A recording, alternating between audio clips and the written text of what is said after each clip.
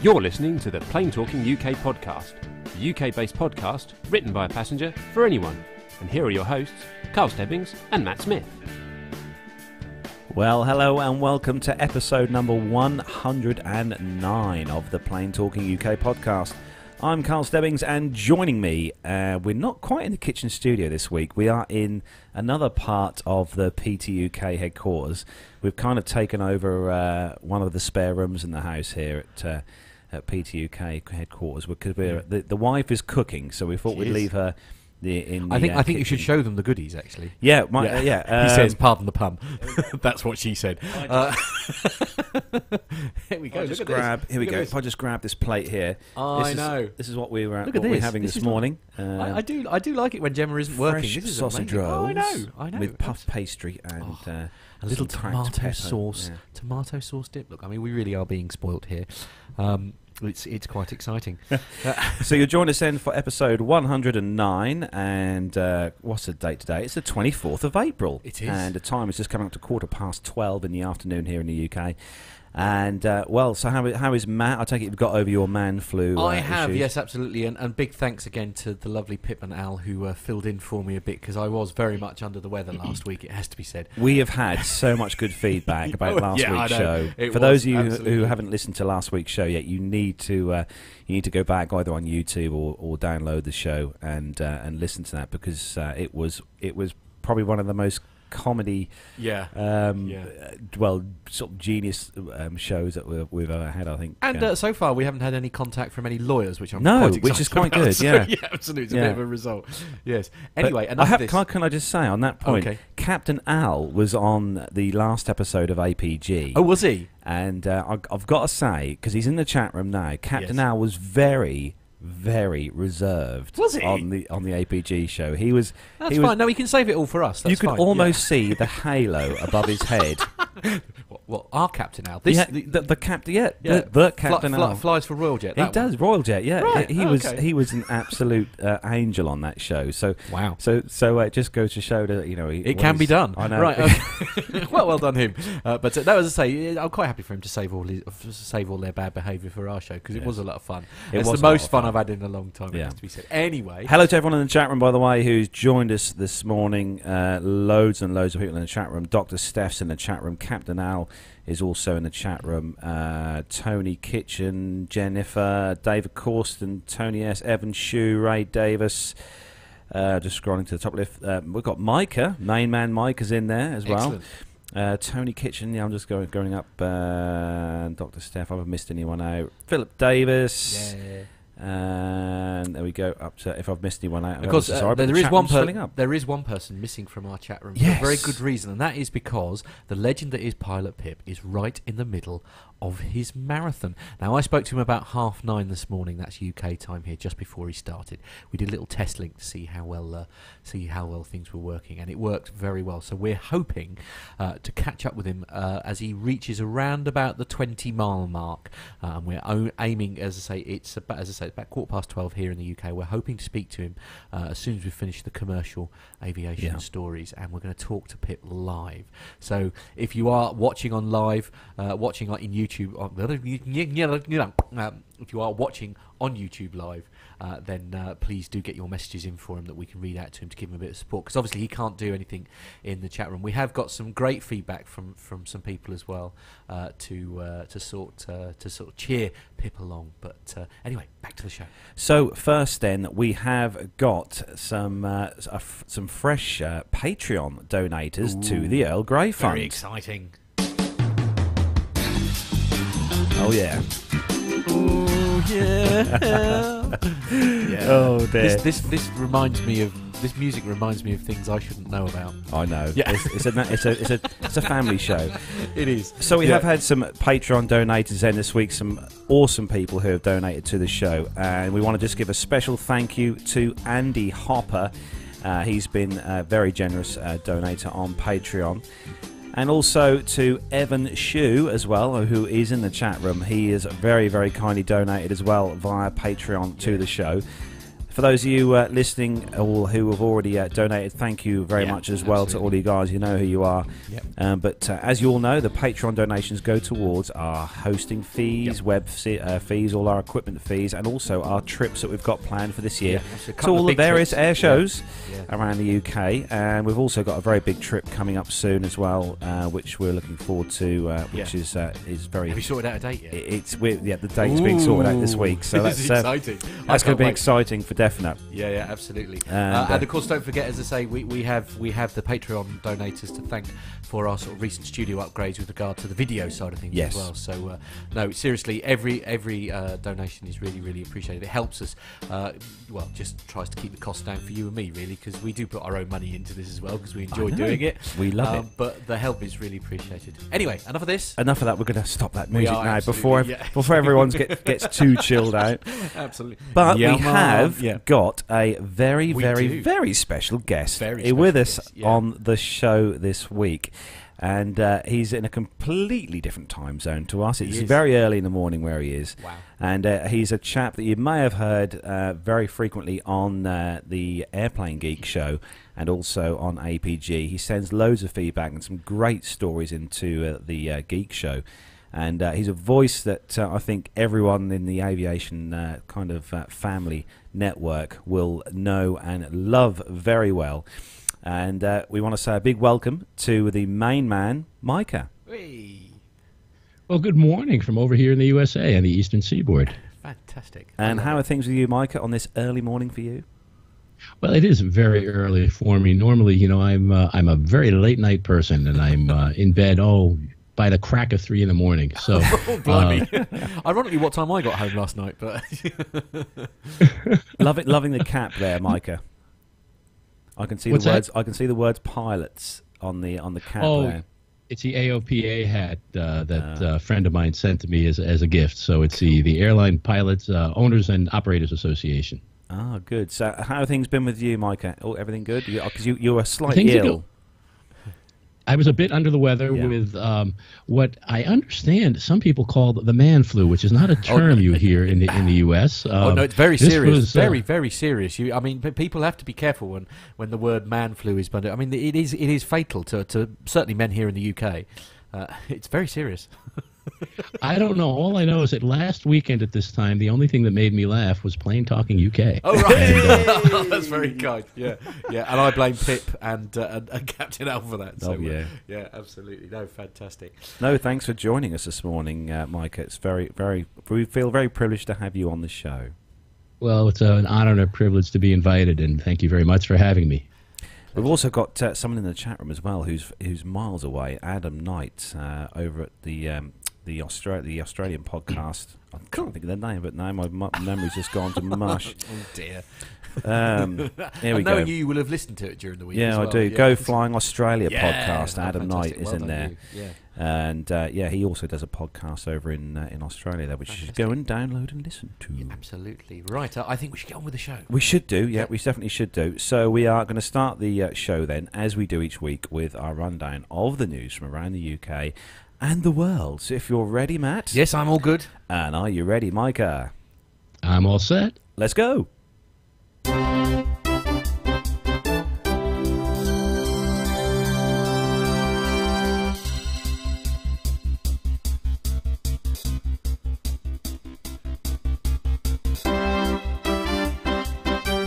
So, kicking off this week's first news story then on the Crawley News website. And it's an airline we talk about frequently on the show, Norwegian, and they're celebrating after reaching the milestone of 500,000 passengers at Gatwick Airport. So the low-cost airline has celebrated hitting the milestone of taking 500,000 passengers to the USA and Caribbean from Gatwick Airport. And the Norwegian handed a free pair of premium tickets for any long-haul flight to its 500,000th passenger at Gatwick as they boarded the flight to Boston last week. Norwegian first launched long-haul flights from Gatwick Airport in July 2014, and the flights currently operate from Gatwick to New York, Los Angeles, Orlando, Fort Lauderdale, Boston, and Puerto Rico. A seventh destination, Oakland International Airport, which serves San Francisco as well as the neighbouring city of Oakland, will launch in May this year.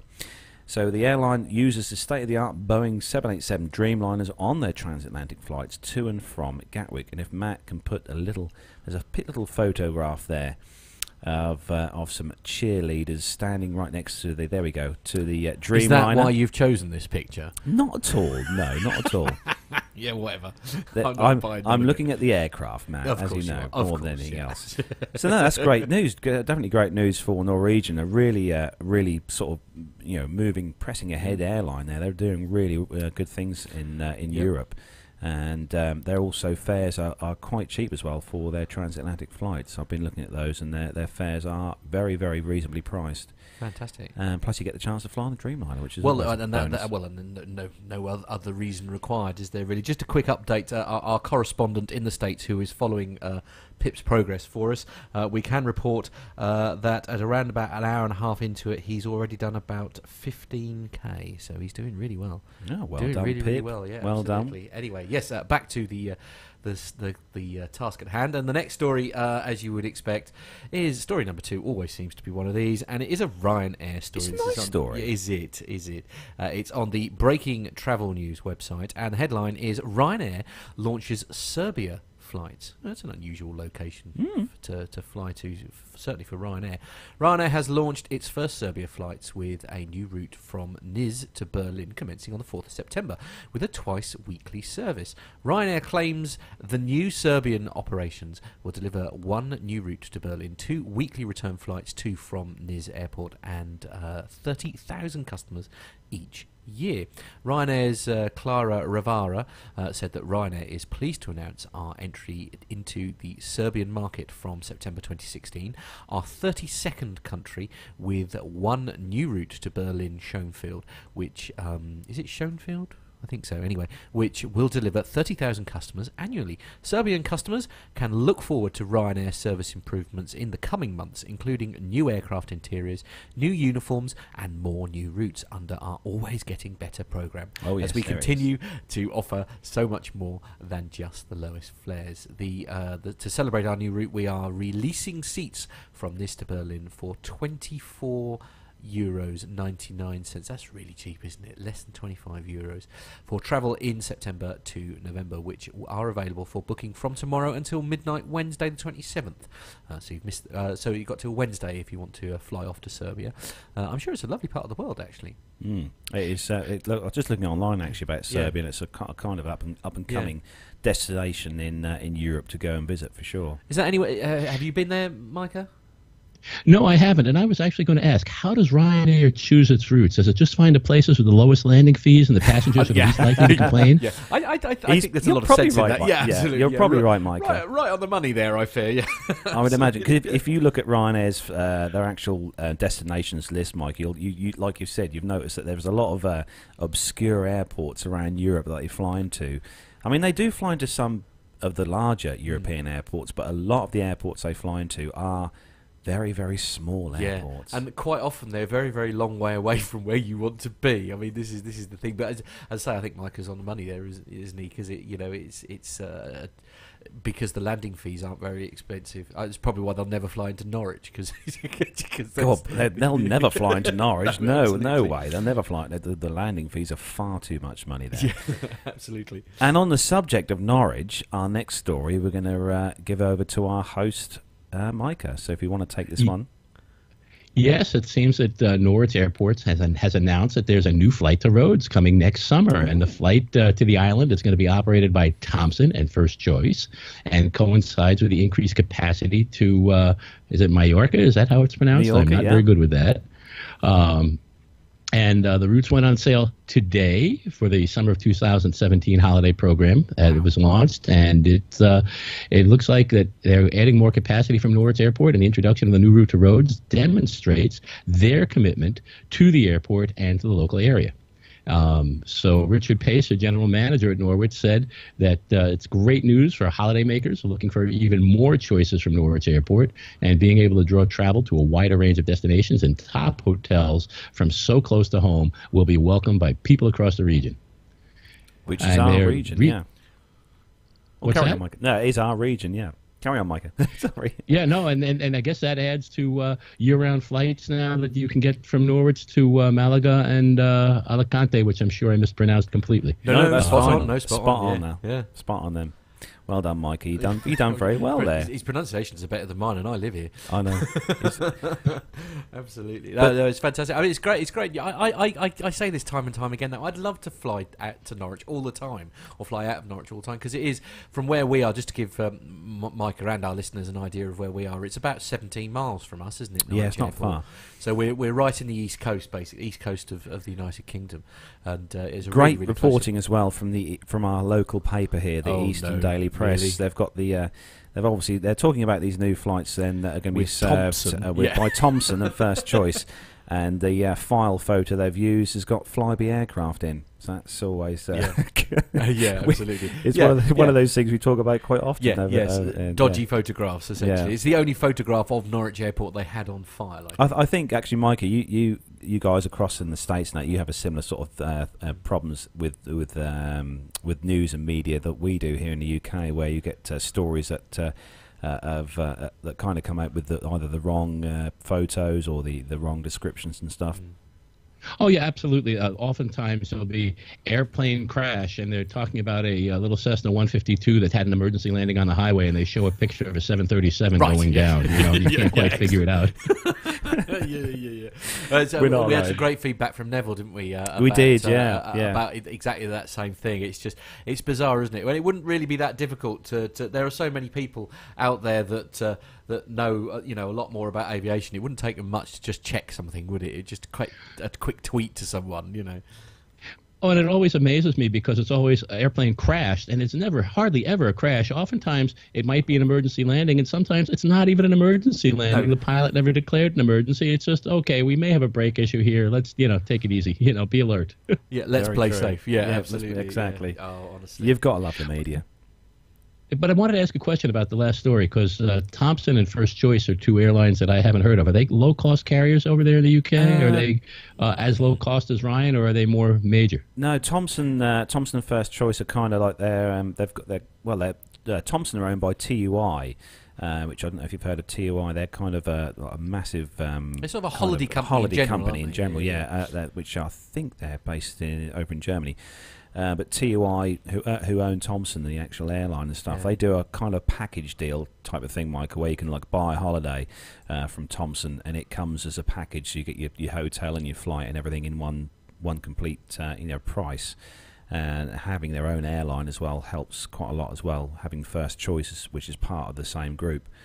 And but they've got quite a good fleet actually, Micah. They've got Dreamliners, and they've also got some old 767s, which they use, and they've got quite a large fleet of the 800 series 737s, which Thomson use for a lot of the European flights around here. So there we go. So you would rate their service above some of the low-cost carriers that we have here, Aviation or EasyJet or Ryanair over there. Yeah, Thomson. You tend to get, you get the in-flight entertainment stuff and that with a Thomson flight, which you don't obviously with Ryanair or EasyJet. You get stealth sandwiches. The service levels are slightly higher, Micah. Yeah, but they can be, if you hit them at the right time, they can be as cheap as one of the low cost carriers like EasyJet or Ryanair. You've flown with them a couple of times. Yeah, Thomson. They're a very nice airline. Very nice airline.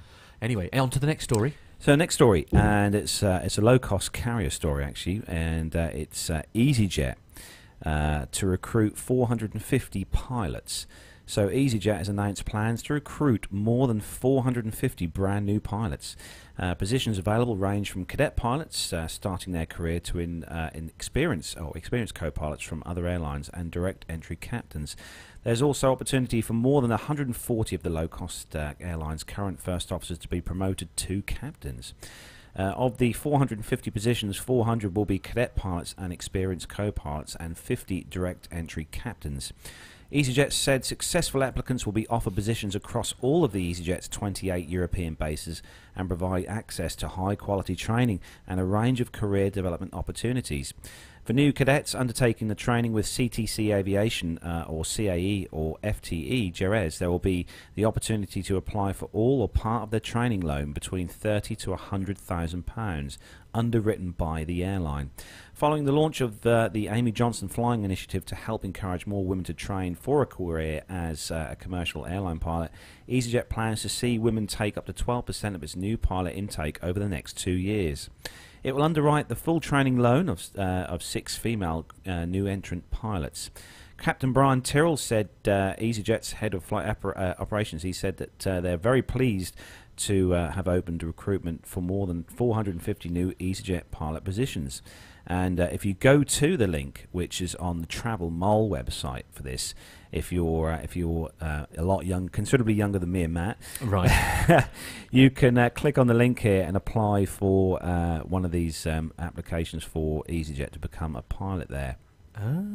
Which is on the link there, so that's good. So just nip over to the Travel Mole site and get yourself a position there. Adam says we're far too picky when it comes to our low-cost carriers, he reckons. Really?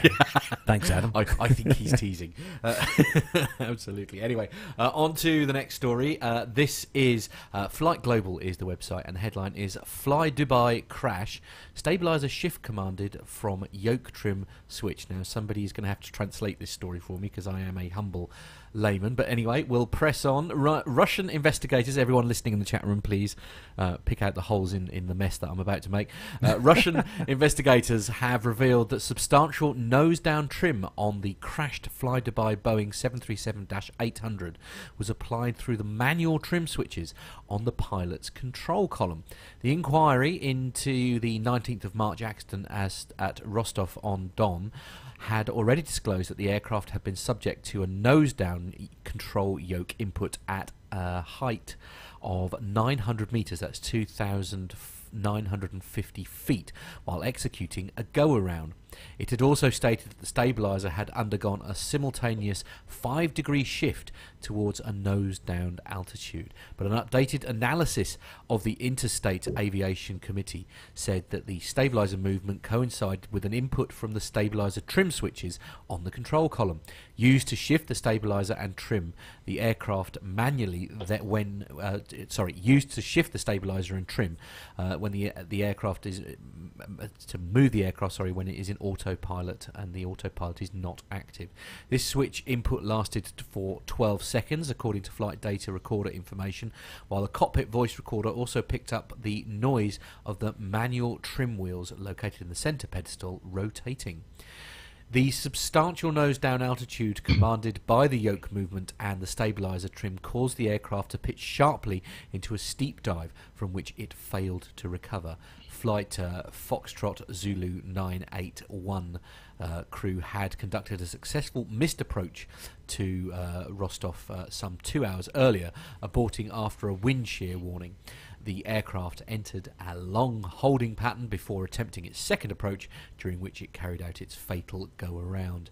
The Interstate Aviation Committee says that both approaches had been conducted with autopilot and auto-throttle disengaged. It states that a sudden 20-knot increase in airspeed to 176 knots during the second approach could have pointed to another wind shear encounter and might have prompted the go-around. As the pilots aborted the second approach, they set a maximum takeoff thrust of around about 101 to 102% of N1 and climbed at a rate of around about 3,900 feet per minute. The crew set 15 degrees of flap and retracted the landing gear. As the 737 climbed through 600 metres, that's 1,970 feet, with nose-up pitch of 18 degrees, the pilot pushed forward on the control column, which increased the aircraft speed to more than 200 knots and caused an automatic partial retraction of the flaps to 10 degrees. Subsequent nose-up control column input led the aircraft to continue climbing at 3,150 feet per minute until it reached 900 metres when the nose down command and nose down trim input pushed the jet into its final dive. Investigators state that the aircraft took off from Dubai with a weight of 68 tonnes and a 17.3% centre of gravity and weather forecast both for Rostov and the alternatives of Krasnodar I'm not sure. Krasnodar and Volga. I'm not very good with my Russian name. Volgograd were not inhibitory, adding the crew took a justified decision to depart. No details have been released on the crew's rest and duty records, but the Interstate Aviation Committee says that the continuing investigative work will include assessment of the pilot's psycho-emotional and physiological state. Now, there's quite a lot of numbers in there that mean absolutely nothing to me, but I'm hoping that everyone else will. So basically then, just before we kick off, just to let everyone know, Pilot Pip is currently running across the London Bridge. Oh, wow. According to the tracking app we have for Pip for the London Marathon. He's making good progress. Just crossing the River Thames. So on this story then, you're talking about obviously the stabiliser. So on that, for those of you who may not know, some of you might know, a lot of the people in the chat room will know this, especially Dr. Steph and stuff who are pilots as well. But most people will know you've got stabilisers on an aircraft mat at the rear. Right. You've got your vertical stabiliser. You know with the rudder on the rear of the aircraft mat. So you've got the rudder at the back. So on the back of the rudder, you've got the vertical that's the vertical stabilizer which the rudder is attached to, which controls obviously your movement left and right. So your horizontal stabilizer is at the back of the aircraft, which is the horizontal parts. That's kind of the small, to put it in easy terms, there's the small wings each side at the back of the aircraft. They're the horizontal stabilizers, and on those, even with the aircraft I fly, you have trim tabs. Okay. And as you're flying along and you're holding your aircraft steady, you can adjust the trim to keep your aircraft flying, and you can take your hands off and carry on flying nice and level. That sounds terrifying. So obviously, this on the story here, they've said here that that it was trimmed it is trimmed down to go to descend the aircraft. It was trimmed down, which was kind of worrying prospect there if you're a pilot, if you're not realising you're doing this. I think it's worth mentioning. They're saying in the chat room here. I think Jen has put. I thought someone said that she said someone said, or maybe I read that perhaps one of the pilots got disorientated and thought they were climbing too quickly. A couple of other people in the chat room have actually collaborated with that. Yeah. So as I say, I don't know. I guess we need to wait till we get the final figures. Do you know much about this story now? Yeah. Have you heard much about this across the pond there, Micah? I've heard of the story, and basically, a lot of what I heard when Matt was reading it and reading along with him, it sounds like, I don't understand why he was in such a nose-down trim to begin with, but it sounded like when he climbed, it retracted the flaps a bit automatically, and that put him into another downward slope, and he porpoised right down and right in, and lost control at that point because of that nose-down pitch, and that speeding up the climb that retracted the flaps. Did I hear that correctly? Yeah, I mean, ironically, when you say it like that, it actually makes a lot more sense. To be honest with you, it makes a lot more sense than it did reading out the story. As I say, that's the only trouble. I'm not very good on my numbers and that. But I mean, something. I mean, if you probably saw you saw the videos, I expect, Micah, didn't you? Or on on the social media and the news and stuff. Sure. The aircraft came down at such an angle and speed. Yeah. That obviously the pictures that we saw on the various news stations, including Aviation Herald, and that the aircraft was just, well, it was a mess. There was not very many large parts of the aircraft left.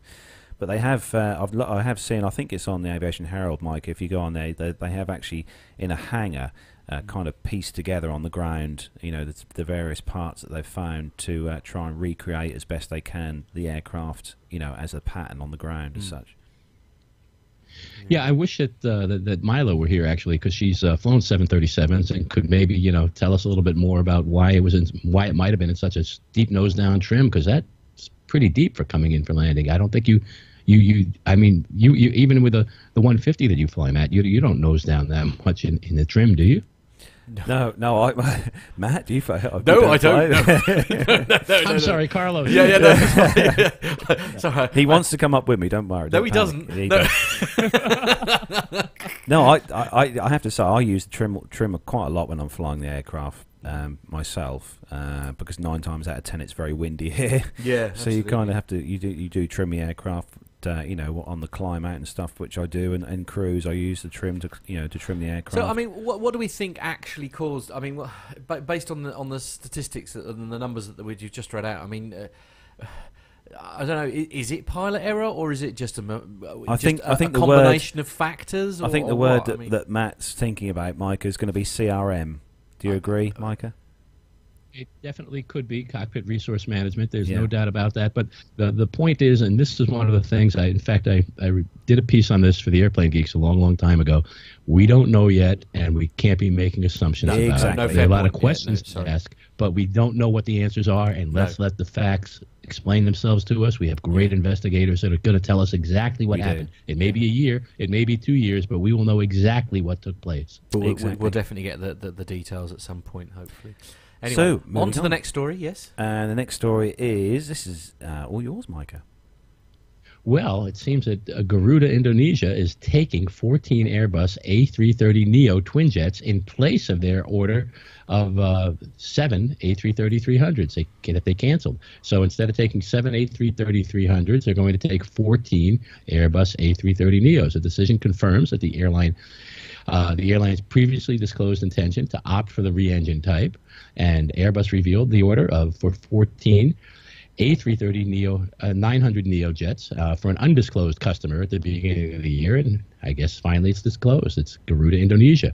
The airframer, which is Airbus, says that Garuda will start receiving the A330neos from 2019, and it confirms that the deal replaces and extends its previous A330 order. And Garuda's chief exec, Arif Wibowo, I hope I pronounced that right, and if I didn't, I apologize, Mr. Wibowo. He says that the A330neo, which will be powered by the Rolls-Royce Trent 7000 engines, represents a more efficient future for the airline.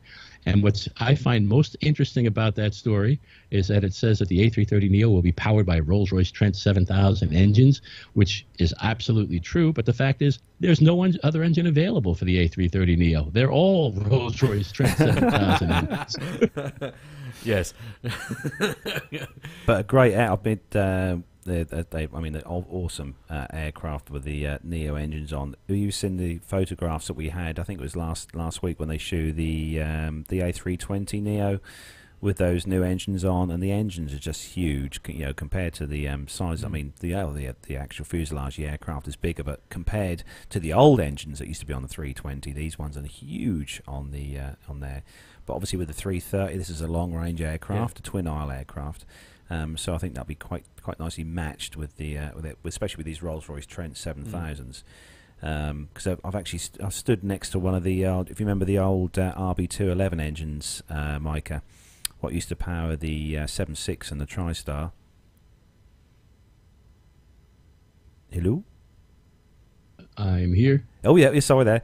I stood close to one of these at our museum here at Duxford, at the Aviation Museum here at Duxford, and those engines are huge. I mean, they're quite an old engine now, but these Trent 7000s, I'd love to see one of these close up and just to experience what size of engine this is. Oh, I would love to see one. In fact, one of my regrets is that back when Max Flight from the Airplane Geeks was working for Pratt & Whitney, I never got a chance to visit him at work because I always wanted to get my picture taken inside, standing straight up in one of the Pratt & Whitney engines. Yeah, I bet. I've seen there's pictures like that on social media and stuff like that of cabin attendants and stuff, flight attendants standing inside the engine nacelles of old school pictures from the sort of late 70s and that, which look quite smart. Gosh, yeah. So moving on to our next story, and this one is on the Evening Standard website. Evening Standard, and this is a story. Can pick us one up while he's in London. He could, couldn't he? Yeah.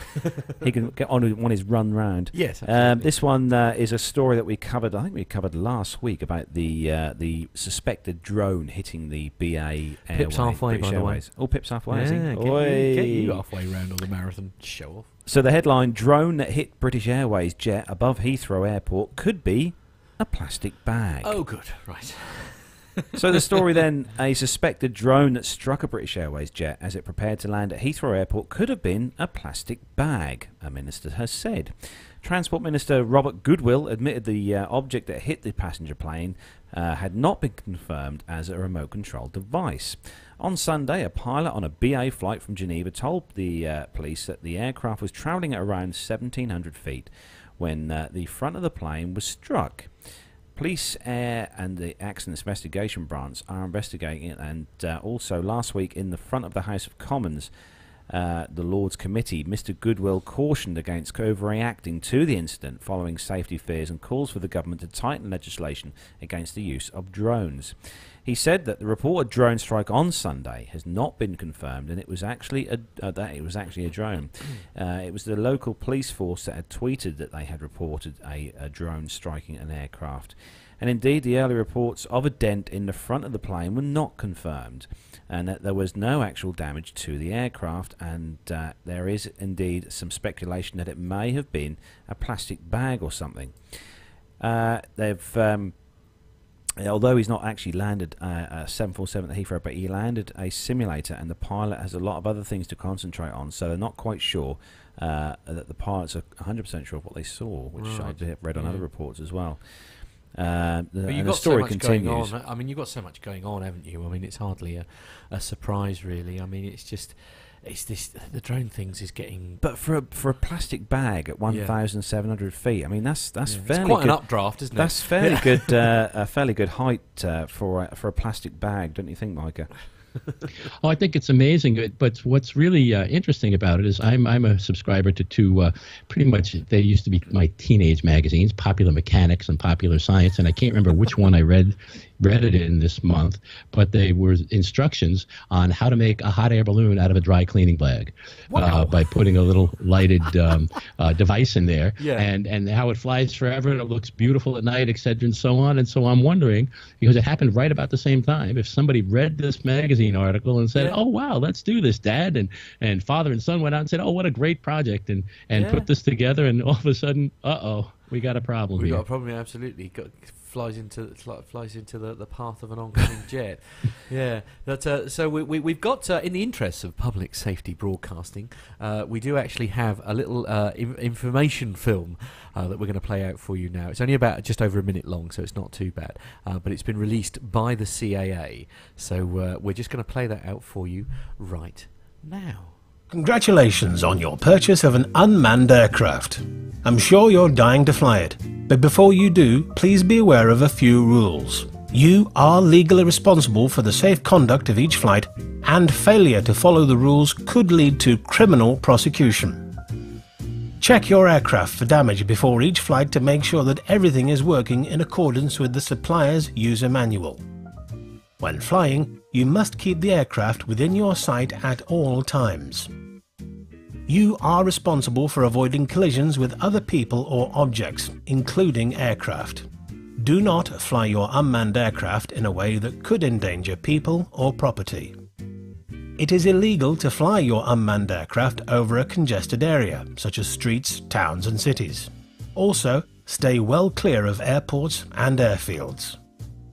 Don't fly your unmanned aircraft within 50 meters of a person, vehicle, building or structure, or overhead groups of people at any height.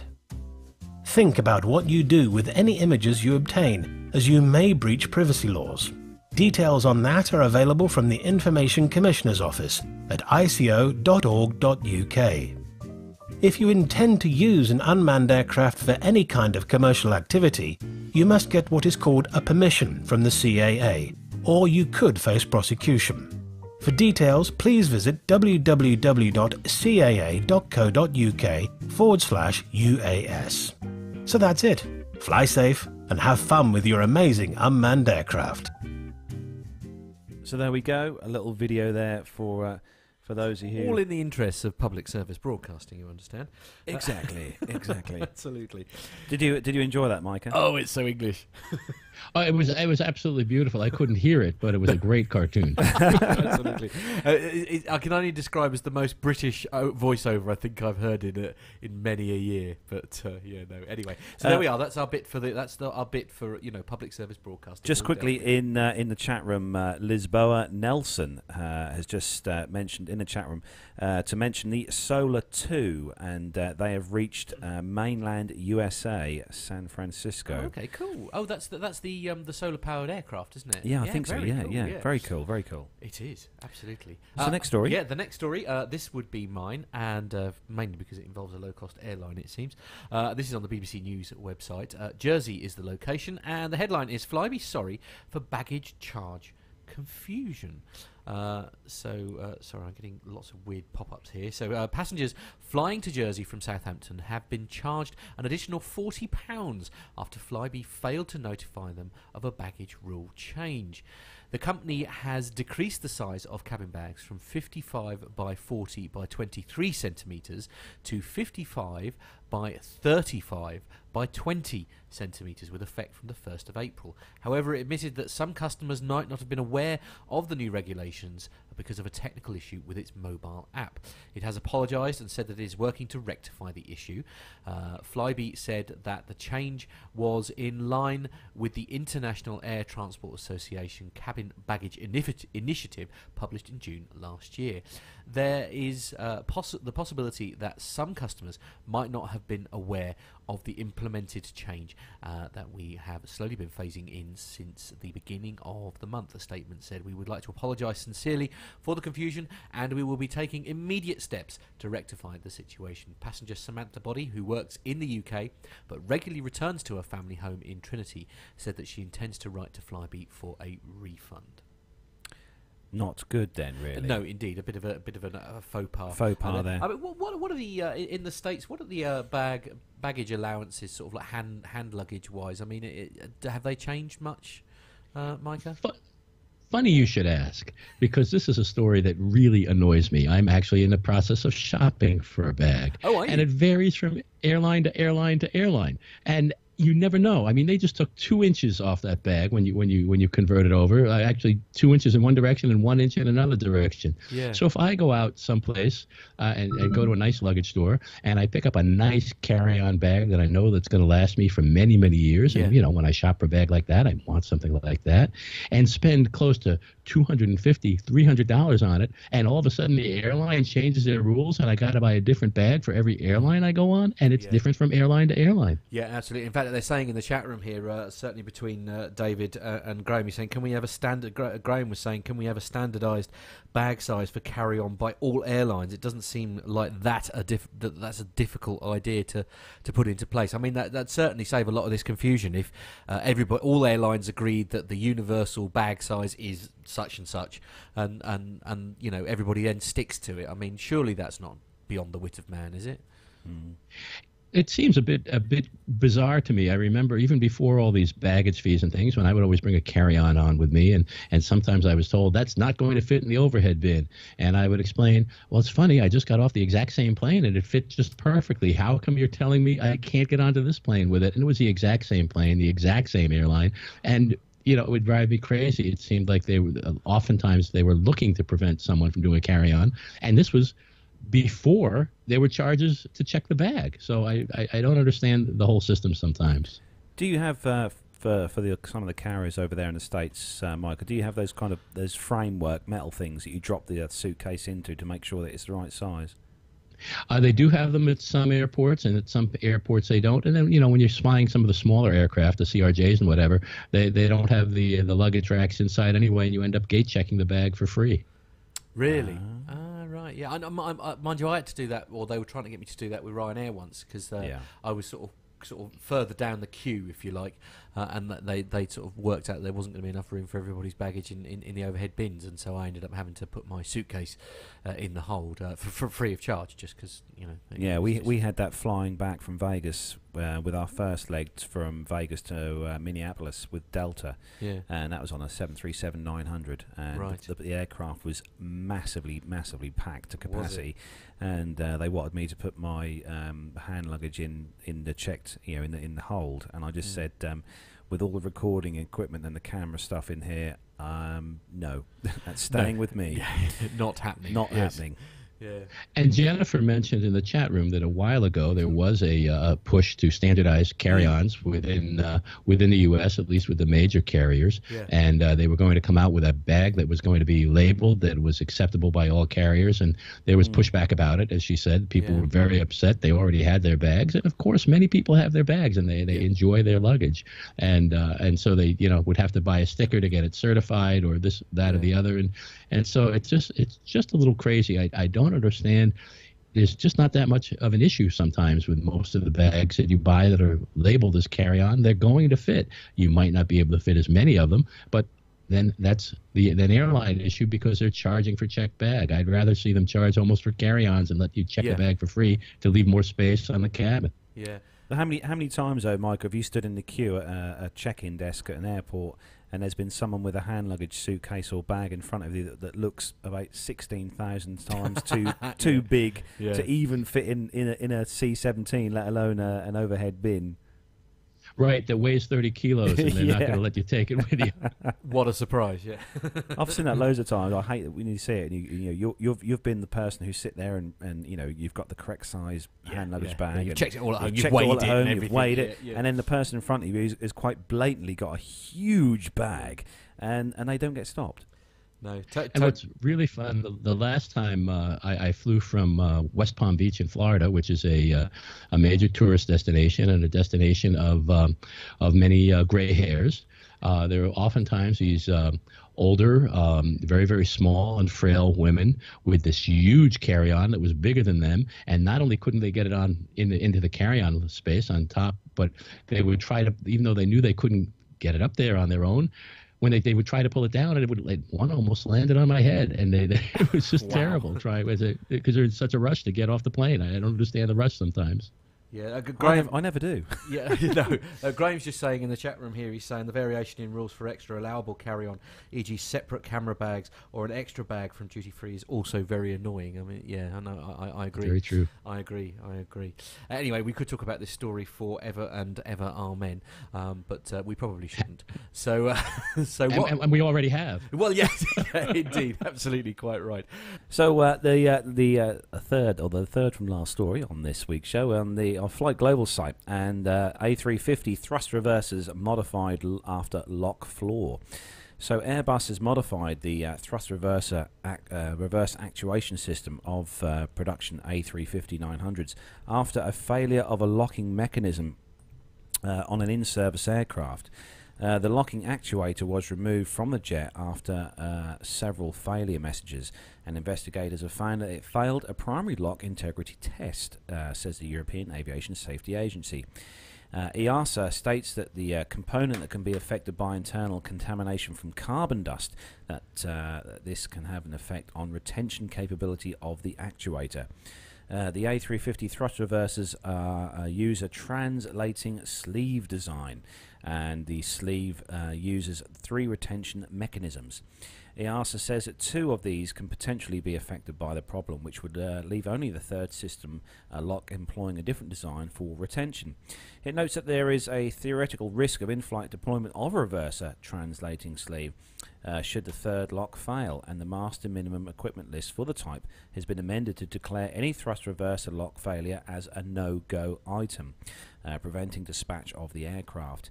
Airbus has introduced a new thrust reverser actuation system standard in its 350 production, and after components manufacturer corrected the problem, and EASA has ordered in-service A350s to be modified to the same standard within 750 cycles since the first flight. So this is a bit of worrying news, but I think Airbus have got on top of this issue with the 350, with the engines on this, which is a good thing, really. To get these problems sorted, because this is a relatively new aircraft, as we all know, the 350, and it came into service with a lot more ease than what the Dreamliner did. Yeah.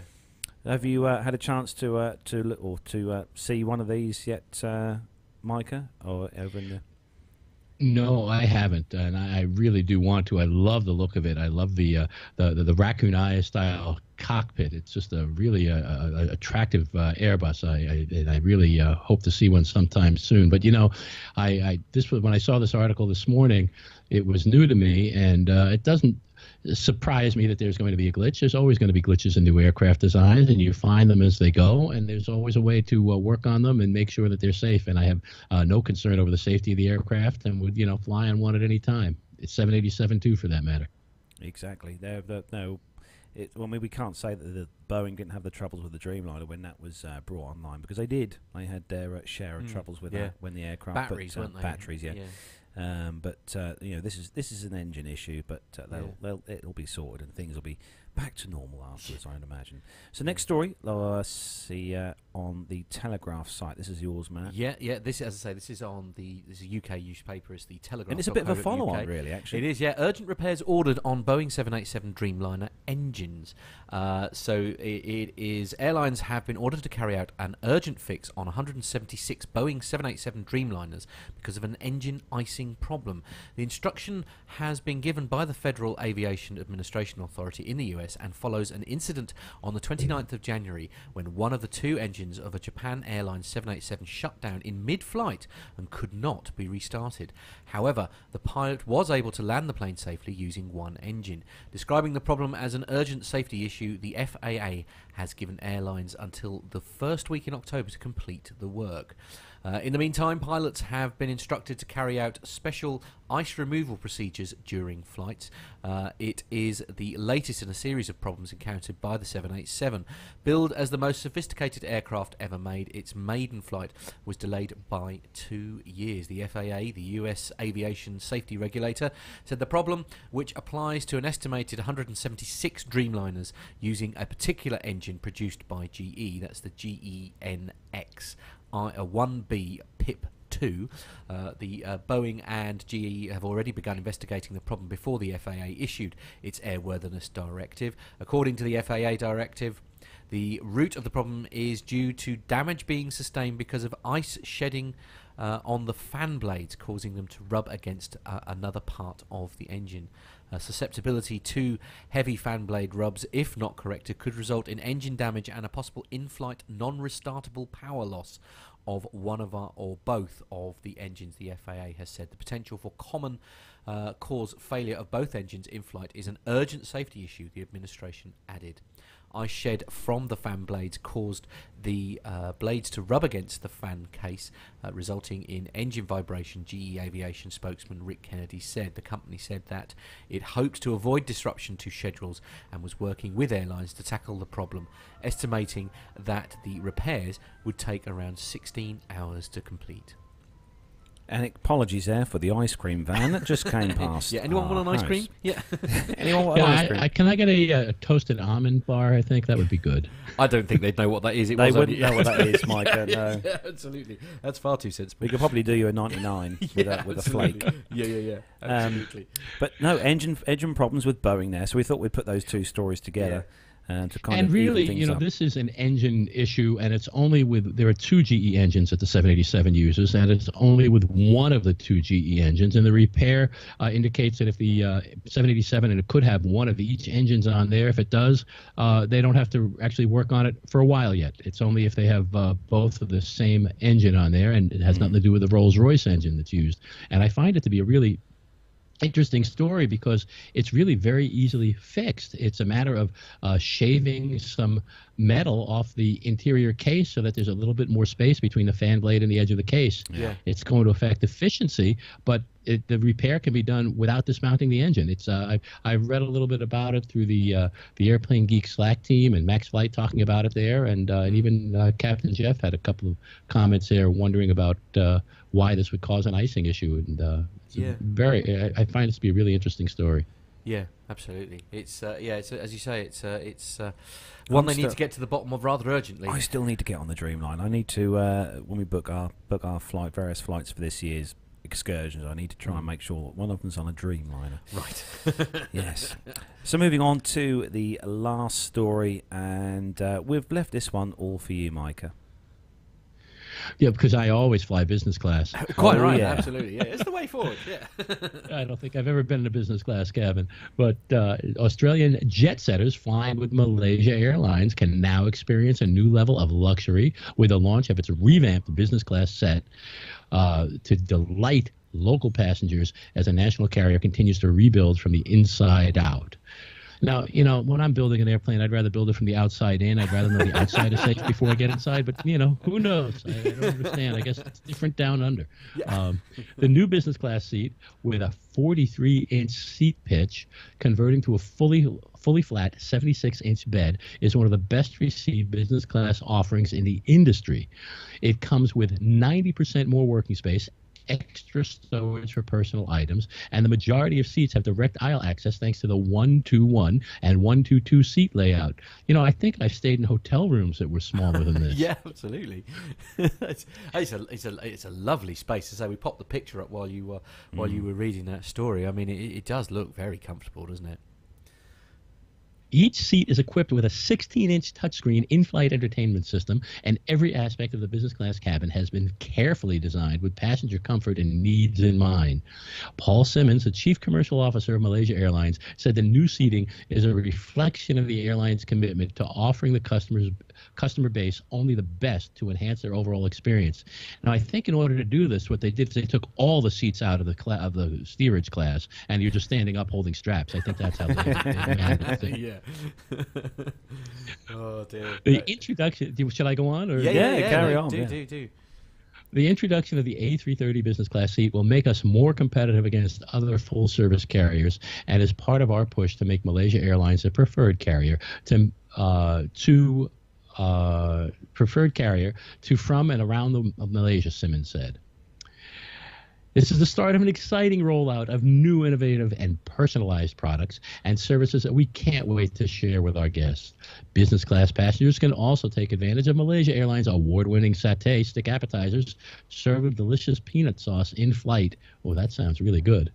Or the chef on call dining service. That sounds good too. I think I'd much rather have a chef on call. Absolutely. Providing advanced meal selections from 25 options consisting of Malaysian specialties, chef specialties, and healthy choice dishes. No, nothing healthy for me. No, absolutely. Yeah, it's got to be deep fried and covered in chocolate. It's got to be deep fried and covered in chocolate, as far as I'm concerned. The new look seats touchdown in Sydney on March 23rd, 2016, and other Australian destinations will follow suit between April to September. The A330 also flies Malaysia Airlines destinations in New Zealand, Japan, Korea, China, and India. Let's all go now. Yeah, absolutely. It definitely looks. We put the pictures up while you were doing the story, Mike, on the screen of these new seats, and that looks like to be loads of room. Yeah, absolutely loads of room with these new seats. More room, as they say, more room than in my house. I know this. Yeah, absolutely.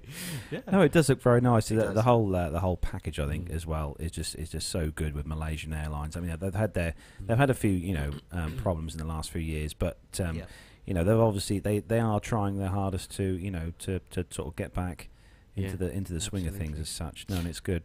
Right, okay, ladies and gentlemen, it is time to take a very, very quick break. We will be right back after these very short messages.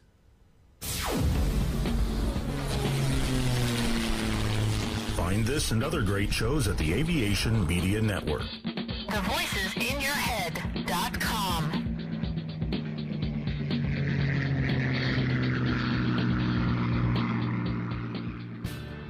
The Plain Talking UK podcast is a voluntary project that aims to keep you informed with the latest aviation-related stories from newswires across the globe. Producing our content does cost money though. If you enjoy our show, why not help us keep on the air by making a donation towards the server and website hosting fees through PayPal. Any contributions would be greatly appreciated. Are you an Amazon user? If so, why not do your shopping through the link on our website? There's no cost to yourself, and Amazon pay us a small referral fee on qualifying purchases. To find out more about the show and to meet the team, take yourself to our website www.plaintalkinguk.com, or find us on Facebook at facebook.com/plaintalkinguk, on Twitter via @plaintalkinguk, or get in touch via email on podcast@plaintalkinguk.com. Thanks for listening. And we're back. Yes, thanks for listening, definitely. Plane safety from the flight deck with pilot Pip.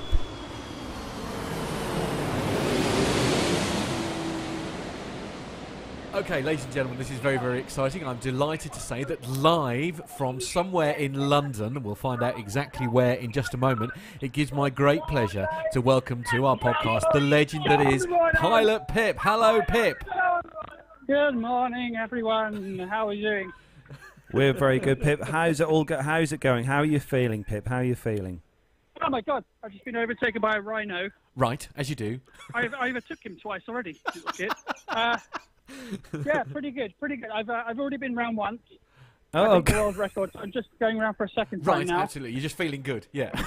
Yeah, just taking the sights and the sounds. No, it's going well. I'm at about 15.5 miles. And actually, you've timed this rather well. You've joined me at a much quieter point in the track. I've a couple of miles ago just come out of central London, heading back east towards the Docklands area.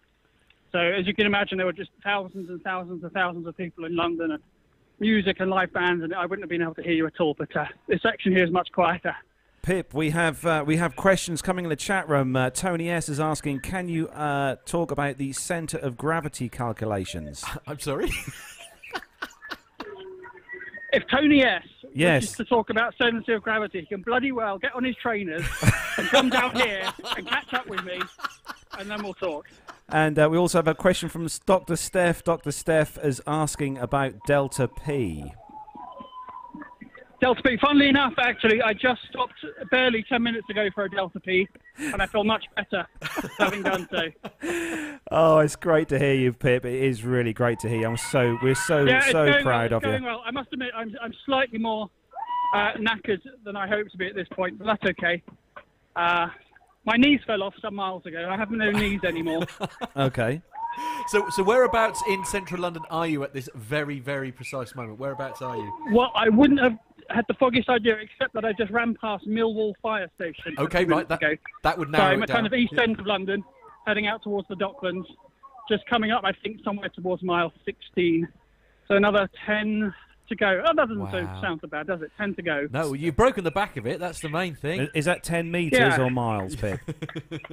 Yeah, miles, unfortunately. Oh. So the route from here, it goes out to Docklands, it goes round Canary Wharf, and then it turns back round and goes to the west. Yeah. And back into central London, across the Thames, and past all the, all the landmarks, St Paul's, and finally up towards Buckingham Palace and up the Mall to the finish line. Wow. So obviously you can't obviously bring us a segment this week, Pip, unfortunately. But are there any safety concerns that you've had at all during the run? Actually, yeah, quite seriously. A real important safety factor when running a marathon is don't run a marathon. Okay, right. I'll bear that in mind. Thank you. Yeah, absolutely. Well, we've got some great comments coming in on the chat room here. I'd love to hear them. Yeah, absolutely. We've got Captain Jeff, the legend that is Captain Jeff. He says, "For John Oh, wow, Pip." Hi, Jeff. Yeah. For John Pip, he's saying. Absolutely. Yeah, For John will do. Lots of smiley faces. Steph is very, very thrilled for your update. Thank you. She's relieved that to finally know about the Delta P. Where else have we got? Dr. Steph has put 25k split, 2 hours 59.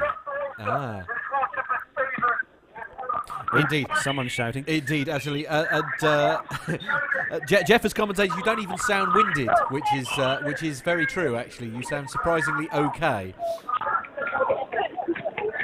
Oh, dudes, I'm losing you a bit there. Okay. Yeah, I take it we've had some snow here. I'm guessing the weather has been a bit better your way, Pip. You had snow? We have actually been hailing here. Yeah. Oh, good Lord! No, it was raining this morning. Yeah. Great joy, but no, it's actually pretty warm. The sun's poking out, and it's quite warm. It's nice. It's nice running weather actually. It's not too bad at all. It's dry and cool. And I tell you what, the best thing here. Listen, don't tell anyone else this, guys. The best thing about running a London Marathon is you get to ogle all these fantastic lycra-clad legs. Oh, that's what she said. I don't know where to look. I got a rough idea. No, sorry. Liz Bower Nelson in the chat room has said, is it going to be a Cat 3 approach to the finish line? Eyes closed with little idea of what we're doing. Yeah, probably. And our wonderful guest, Micah, has just said in the chat room, he said, how's your trim? How's my what? How's your trim? How are your trim settings? Trim. All right. It's Yeah, kind of a bit bottom heavy, I suppose. Neville's asking, "Are you in the pub, Pip?" I don't think he thinks you're doing a marathon at all. Yeah, I wish I was. I tell you what, I think they do it on purpose. The route seems to go past every McDonald's and Burger King in London.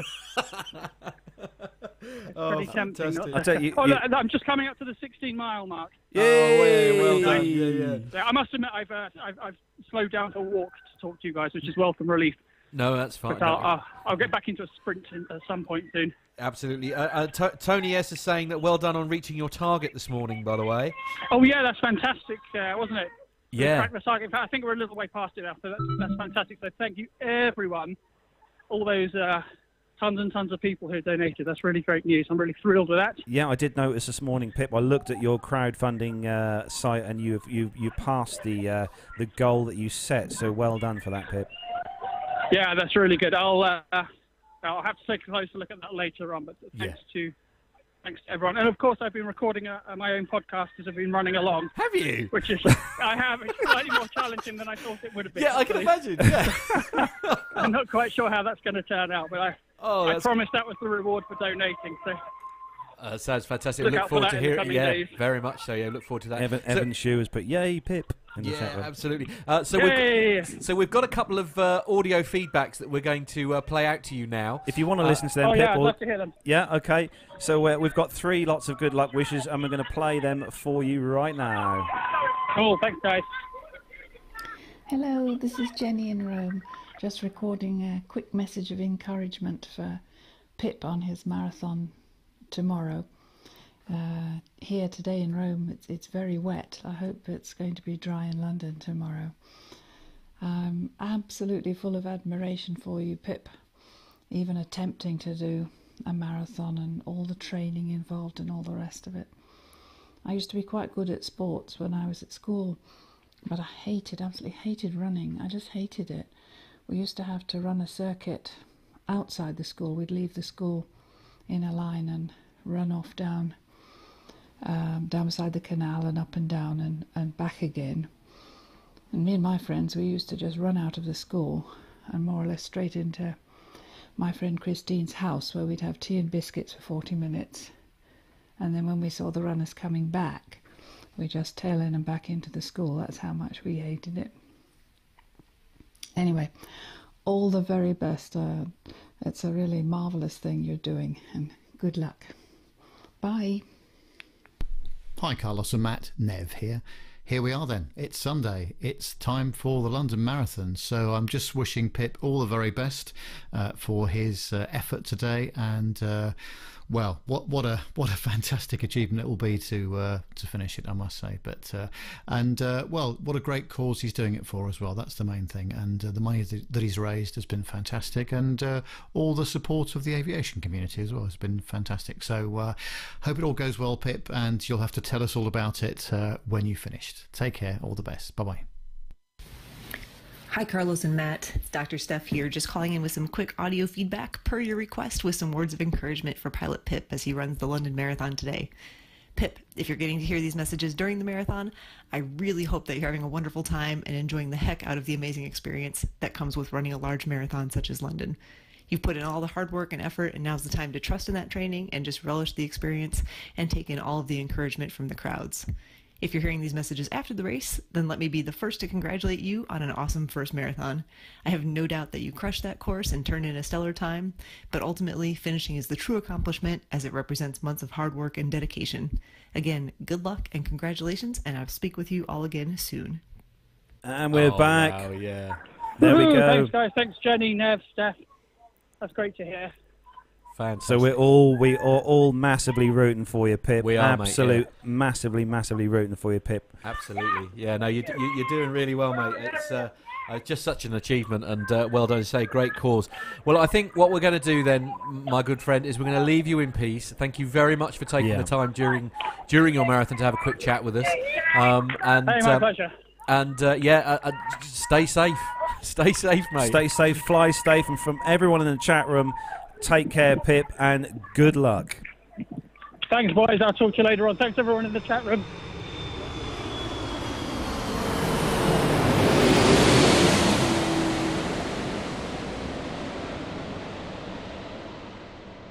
We have got some military news then to come up next, and then we're going to have a quick chat with Micah before we finish the show.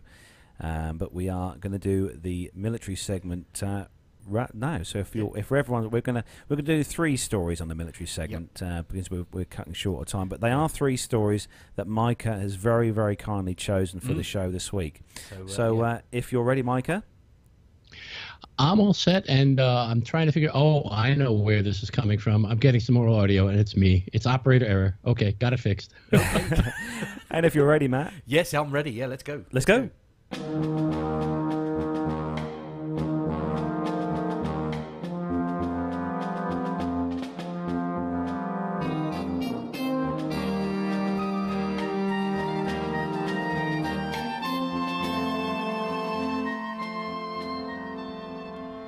So the first news story this weekend, as chosen by our guest, is on the Motley Fool website, or the fool.com. I like the sound of that, yeah. And the headline, Britain goes all in for Boeing's P-8A Poseidon. Cool. So the story then, $1 billion worth of Chinooks, another $1 billion worth of Apaches. Everywhere you look, Boeing seems to be piling up billion-dollar contracts for military aircraft, and it's not done yet. Late last month, the U.S. Defense Security Cooperation Agency, the Pentagon arm responsible for coordinating sales of military equipment to the Allies, notified Congress of an impending sale of military aircraft to the United Kingdom. And believe it or not, this one is nearly twice as big as the Chinook and Apache contracts combined. According to the DSCA March 24th notification to Congress, the British government has requested permission to buy 9 of Boeing's P-8A Poseidon maritime patrol aircraft, plus related major defence equipment, associated training and support, for a grand total of $3.2 billion. The goal to reconstitute a British capability to track Russian submarines in the stormy North Sea, a capability that has been missing since the Ministry of Defence retired its Nimrod's Hunter aircraft in 2010. If you've been following the story for a long time, you know that Britain has been casting about for a new patrol aircraft for quite some time now, and has recently, as 6 months ago, through the Brits, which we still haven't made our minds up which plane to buy, which is not unlike us at all. No. The Lockheed Martin C-130J Hercules was one option, and the Airbus C-295 Persuader was another option. And there was even a chance that Britain would rush headlong into the 21st century and buy an MQ-4C Triton surveillance drone from Northrop Grumman. Each of these 3 options had the advantage of being cheaper than the one before it, and all 3 of the aircraft would have been cheaper than the Poseidon. In the end, though, Britain appears to have bit the bullet and decided to buy the Cadillac of the maritime sub-hunting aircraft, Boeing's P-8A Poseidon. Gotta love a Cadillac. So, at $3.2 billion for 9 of the Poseidons, Britain is paying roughly $356 million per aircraft. A very steep price, given that the BGA Aeroweb puts the 2015 flyaway cost of a Poseidon at just $171.6 million. On the other hand, Australia agreed to pay $3.6 billion for just 8 Poseidons in 2014. So by that measure, the UK is getting a bargain. It's also worth noting that Boeing bundling an unspecified amount of related equipment, training and support into the deal, and Britain is really paying a sort of all-in price, i.e. the $3.2 billion isn't just paying for the aircraft and nothing else. This said, don't be surprised if the value deal goes much higher as time goes by. The last this website heard, Britain estimated its need at not 9 surveillance aircraft, but 21. The number needed to be fully reconstitute the capabilities lost when it retired the Nimrods, something we shouldn't have done anyway. No, indeed. At the price it's seeking to pay for this first batch of Poseidons, that implies an eventual cost of $7.5 billion to acquire 21 aircraft. And at the 10% profit margin that Boeing earns on its military aircraft division, this implies a total eventual profit for Boeing in the region of $750 million. And for Boeing shareholders, this should be a welcome news indeed.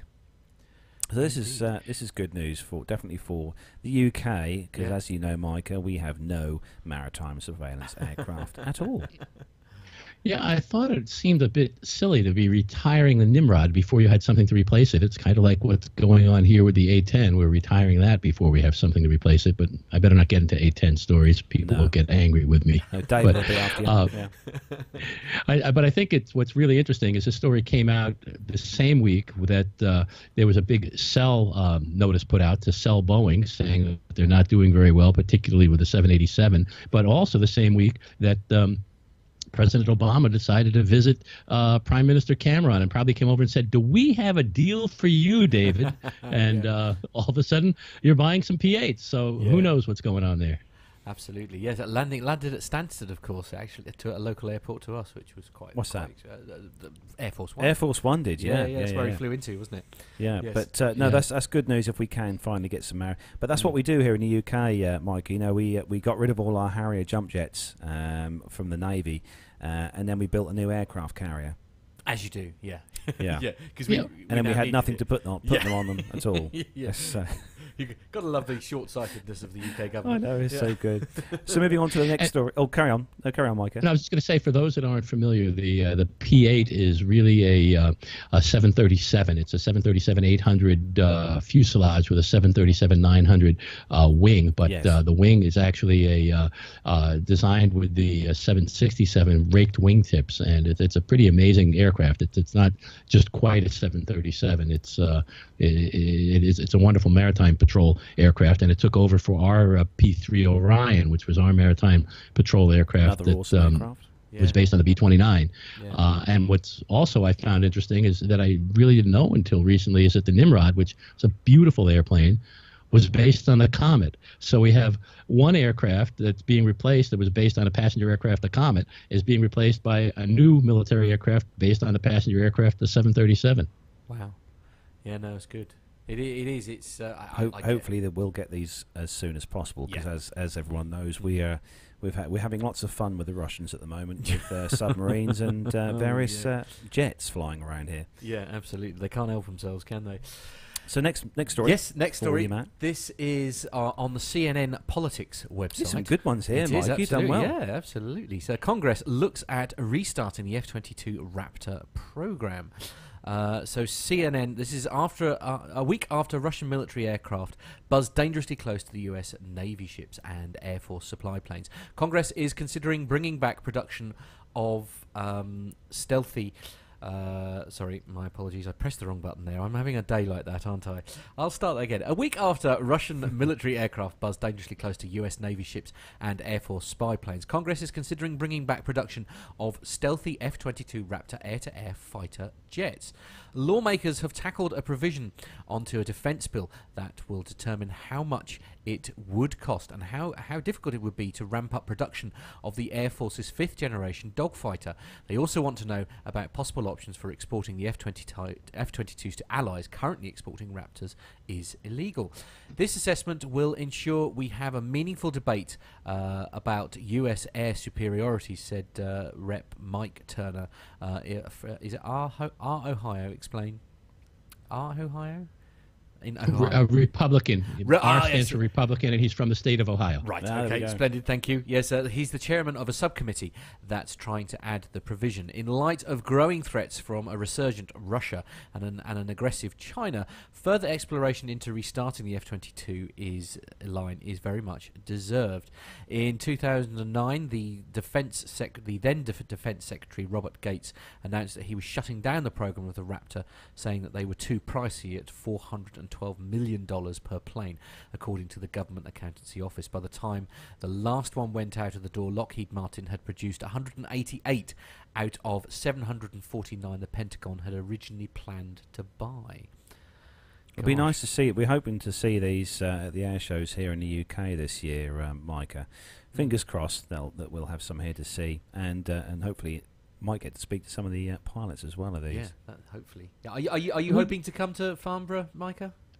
I'm hoping to. I've got reservations, but I'm coming anyway. No,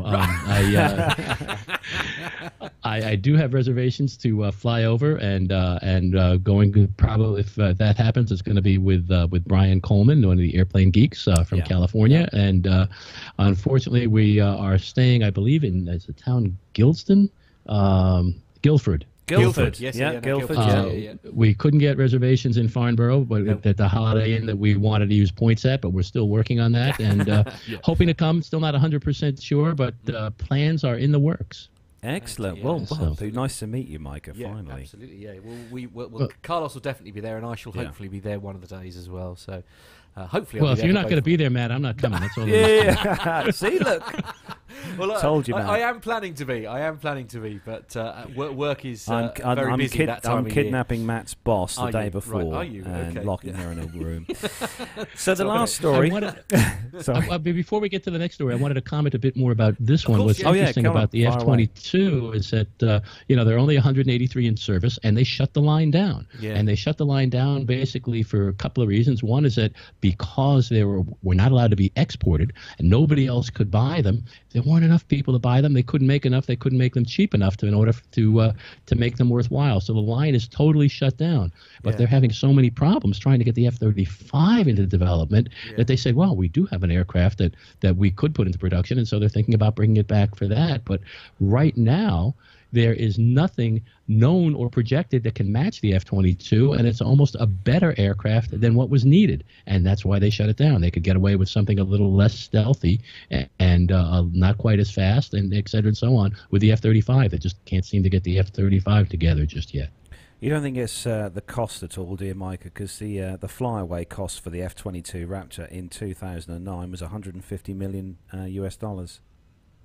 It certainly has a lot to do with the cost, and the F-35 is definitely cheaper to produce, and that's why they decided to go with it. It was less expensive to produce, but also less formidable. But because they're having difficulty with it, I think that's one of the big reasons why they're talking about bringing the F-22 back. And frankly, I don't think it'll happen. I think it's a political step to move things around, and I can't imagine that it would be cost effective to bring that line back up into production. No. It's a shame because it's a stunning-looking aircraft when you see this. It is beautiful. Yeah. So then, last story then for you, Micah, which you chose. Yeah, it's about the Buff, the B-52, the big, ugly, fat fellow. I went a funny colour there for a moment. I thought Al was back on the show then. Oh no! I thought that Matt might enjoy that. Anyway, the B-52 is still at work. The monster U.S. military aircraft capable of delivering devastating nuclear strikes has dropped its first bombs on the Islamic State. The B-52 Stratofortress bomber was originally designed to unleash destruction on the Soviet Union during the Cold War. And when you think about it, the B-52, and this is off script here, but the B-52B, the first model to come into service, came into service in 1955. That's a year before I came into service. That's an old airplane, let me say. But now the huge 8-engine aircraft has turned its firepower on ISIS as its first bombs exploded in northern Iraq, in the northern Iraq city of Mosul on Monday. Its bombing operations, announced by the Pentagon on Wednesday, will come as a massive boost for Iraqi and Kurdish forces who are hoping to seize back control of the city once the Islamic State's one of the most Islamic State's most secure territories. The aircraft was used to strike al-Qaeda and the Taliban during the Afghan war, and it was also used during Vietnam, where it launched GPS-guided bombs and air-launched cruise missiles. Now, can you imagine that there was GPS back during the Vietnam era? We think of it as an everyday thing now, but back then that was incredibly amazing technology. Colonel Stephen Warren, and it's quite often the military, if you like, is where a lot of these innovations that we now take for granted were sort of developed, isn't it? I mean, that's quite often the case, isn't it? That's where it comes from. GPS was designed for the military, and now we're using it. The internet was designed for the military, and now here we are having a podcast over it. Yeah, absolutely. Yeah, absolutely. Yeah. Colonel Steve Warren, a spokesman for the U.S. coalition in Syria and Iraq, said the B-52 will allow fighters to take out ISIS targets faster and more efficiently. And he said that the more authorities that are delegated down, the more rapidly we'll be able to respond. He also stressed that the arrival of the jet will not cause more civilian casualties on the ground. Now, that's an interesting statement. Won't cause more? That's, it's like, okay, so how many do we have going now? But that's another story. It is estimated that the U.S.-led coalition has killed more than 1,000 civilians since the conflict began, according to figures from Air Wars and nonprofit Airstrike Monitor. But it's amazing that the B-52 still has life. It's an unbelievable aircraft that's older than I am. I say look, it first flew in 1952. I mean, this aircraft is 64 years old this year. And, although not having a massive military knowledge of aircraft, but the B-52 is just one of those aircraft that I think even if you're a kind of novice at military aviation, I think pretty much everyone knows what a B-52 is. Well, and the H model, which is the model that's flying now, its first flight occurred back in 1960. And so it's quite possible, when you think about it, that there are airframes that are flying now that have been flown, and I wish I could find them, the exact same airframe, and it's quite possible to find grandfathers, fathers, and sons having flown the exact same aircraft in the U.S. Air Force. And I would love to find, so I've asked about this before on different podcasts. I wish that someone would come forward. Wouldn't that be an amazing interview to talk to a grandfather, a father, and a son who have all flown not just the same type, but the exact same aircraft? Yeah. There was the H series that you said about Micah. There's 102 of those been produced of the H series. There were the G series, the older version, built in 1961. There was 193 of those built. So a bit of info there for you, but no, what a fantastic aircraft! I'm sure it'll carry on flying for many years. Yeah, absolutely. So there we go. That's it for the military news. Thanks to Micah for getting us those stories. Absolutely fantastic, Micah. Well done. Thank you for that. You're very welcome. So, Micah, then we're going to have a quick sort of chat with you, and just because I mean, most people who listen to the Airplane Geeks and that will have heard you on there with your feedback and stories and that on there. And me myself, being a listener to the Airplane Geeks now since day one, really, and we've got to know you as a kind of a sort of a household name and a voice, really. So. How did it all start with you, Micah, for the aviation's kind of passion sort of thing? Well, I grew up loving airplanes. I realized actually only recently that I started loving. I discovered aircraft before I discovered girls, and just absolutely, love aircraft and always have. My father was in the Army back in World War II and was stationed in England, and then he was re-upped for Korea in the Air Force, and he was an airplane geek before there was such a term as an airplane geek, and it turned out my mother was too, although she didn't come out of her shell and let us know about it until much later on in her life. But I've always loved aircraft and always learned about them, and I've always been a geek one way or another, and so the two just sort of matched up, I suppose.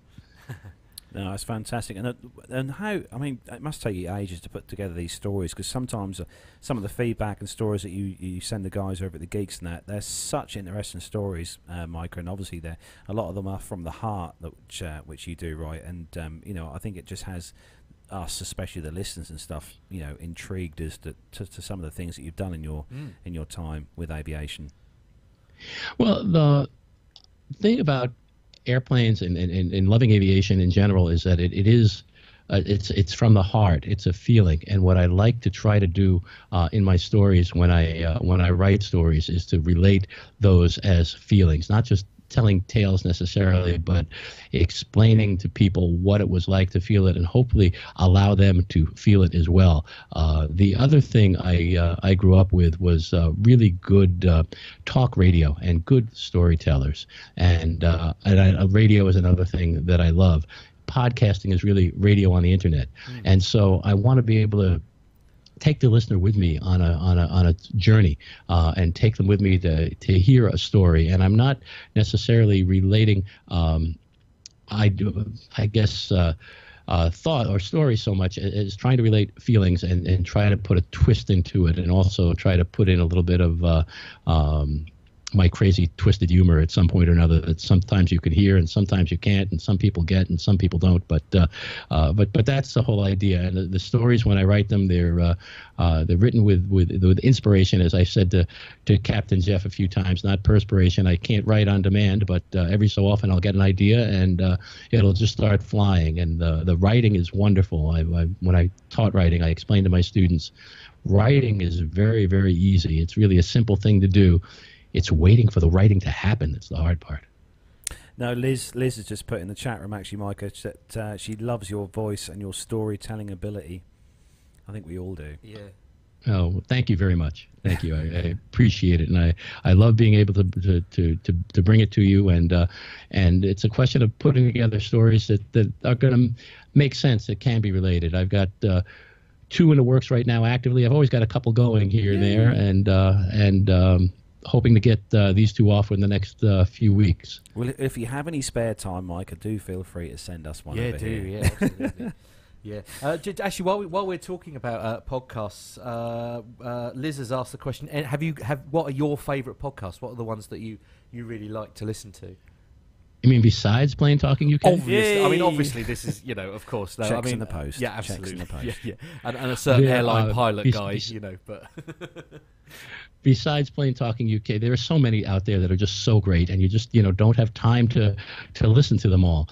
There are 3, however, that I never ever miss, and there are a few others that I do listen to regularly too. But the 3 that I never miss are the Airplane Geeks, which is the one that started my interest in podcasts. I started listening to them back in 2008. Yeah, Carlos is nodding his head there as well. He's got the same story. Yeah, it's same. That's what got him into it. They're just an amazing group of people, and some of the most knowledgeable people on aircraft that I have ever met. David Vanderhoof is a walking encyclopedia, and I know that he prepares for the show all the time, but I'm fortunate enough to have the pleasure of meeting him and going on a tour of the Udvar-Hazy Center with him, and just off the top of his head, he knows more than I could possibly have even forgotten. He's unbelievable. And Mike's Flight is the same with engines, and just everybody on that podcast is just absolutely brilliant. And then the other one that I never miss is the airline pilot guy, Captain Jeff. Jeff is an amazing podcaster, and he has surrounded himself by some other wonderful people. Dr. Steph and Miami Rick, who we miss terribly and haven't seen in so long, is just brilliant. And I love hearing about Delta P, and would have never heard the term if it wasn't for Miami Rick. None of us would have done, to be fair. And then he recently found Captain Nick. And could you imagine that there's somebody as wonderful as that to be able to tell stories, who, by the way, I first heard on Marcus's podcast, which is another amazing podcast. And then the third I never miss is a monthly podcast, and one of the funniest, most hysterical regular podcasts that I have ever heard, and is Betty in the Sky with a Suitcase. Oh, isn't she wonderful? We interviewed her quite a few episodes ago now, and she was she was as lovely chatting to live as she sounds on her podcast. Yeah, it was a real treat. She was wonderful. Yeah, I agree with you there. But the other thing I'm going to say, just in terms of listening, I grew up with a radio personality and also a writer, and his name was Gene Shepard. And Gene Shepard used to do a overnight radio show on WOR in New York for years, and then he started going from 10 till midnight, and I grew up listening to him, and he would tell stories that you may be familiar with. I don't know if any of you have ever seen the film. It's an American film called A Christmas Story, and it's a story about a little boy that wants a Red Ryder BB gun, and he's going to save the day, and it's a bunch of different stories that are intertwined in this Christmas story that's shown every year over Christmas on TV here, and you can't get away with it. Those are all Gene Shepard stories. He wrote a book called a number of books. These the short stories are involved in this book, and they're all taken from into this film called In God We Trust, All Others Pay Cash. And I love it. And it's just amazing stories, and he has audio broadcasts out. He passed away several years ago. I had the pleasure of meeting him once, but it's his stories that inspire me, and every time I write a story and I start recording it, I think to myself, Now, how would Shep have done this? And I highly recommend him. He was like the father of podcasting. He was Garrison Keillor before Garrison Keillor, and more of a real humorist, kind of like Mark Twain on the radio. David Corson in the chat room has put that you should get a job for Audible. Yeah, yeah, definitely. But we have got some more questions for you, and we've got one from Tony S in the chat room has put, for you, Micah, is it Boeing or Airbus? Oh. Well, you see, that's a really good question, because one of my favorite, for those of you who heard the Airplane Geeks, there was a question about favorite airplane of all time, and I had to write 2 stories. One was about all the aircraft that I love, and I do love them all. And then I was told, nope, got to pick one, and I picked one, and it was the B-17. And one of the reasons why I picked the B-17 is because Boeing made the B-17 back in World War II, but it's really the great-great-great-grandfather of all the aircraft that we fly today commercially, including the Airbus and the 747 and the 777. And I love them all, and I'm going to fly whatever airplane is going to take me into the sky. Wow. Yeah, definitely. I mean, everyone who listens to the podcast will know what my favourite is, but I think just being able to fly. Right, just in general. Just in general, just flying is just, yeah, it's just fantastic. Yeah. Neville Bounds in the chat room, Micah, has asked, have you been to the UK before, when your father was posted over here, for example? No, my father was posted over there. He landed in the UK on his 20th birthday, which would have been 1945. I'm not quite that old. But I will say that I have been to the UK twice, both times with my mother and my father. And one of my favorite memories of my father was the first time we were there. My mother went off to a museum. My father and I took a walk and sat on the banks of the Thames and drank tea, and then took off to the Imperial War Museum across the way in London. And it was a wonderful, wonderful time that we had.